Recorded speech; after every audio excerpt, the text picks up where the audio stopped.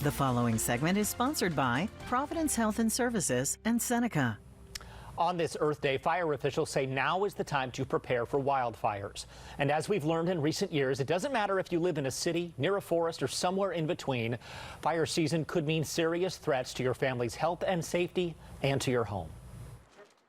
Now is the time to walk around the outside of your home and look for ways to make it safer for wildfire season. Clean up dead limbs on different brush and vegetation in the yard. In addition to removing potential problems, Malcolm Hyatt of the Oregon Department of Forestry says adding the right types of plants can also help.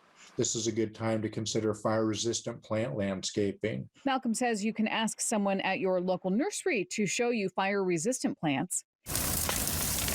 If your property did suffer fire damage during last year's big fires, the Oregon Department of Forestry can help directly. We're also trying to help people secure seedlings if they want to replant their property. The state is spending millions of dollars this year to reduce wildfire risk to property.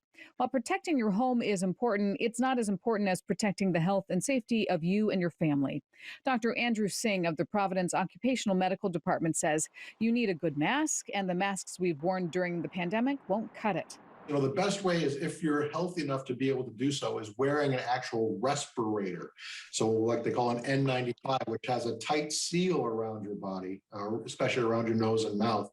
One drawback to those masks, they can make it harder to breathe if you have asthma or another respiratory condition. When there are wildfire smokes, the local community and even sometimes extended communities have an increased rate of hospitalization for respiratory exacerbations. And Dr. Singh warns some types of wildfire smoke is more dangerous than others. when you start mixing in man-made buildings as opposed to natural, wild trees and vegetation, it's a very different mixture of chemicals that can be much more carcinogenic.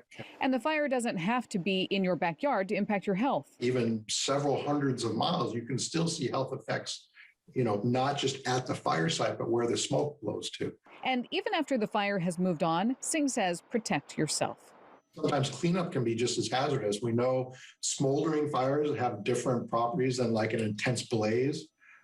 So even cleanup can be hazardous. Now there is good news inside and then out of the clouds of smoke. Dr. Singh says most exposure to wildfire smoke, like we experienced last year, happens within a short amount of time. And once the smoke clears, your body recovers fairly quickly. You'll find out more about working to prevent wildland fire damage to your home and on your health on our website at KATU.com. Well, KATU recently took an in-depth look at the threat of wildfires and the new ways to fight them in our special program, States of Emergency Wildfire Threat. You can watch it right now by going to KATU.com/wildfires. Let's take a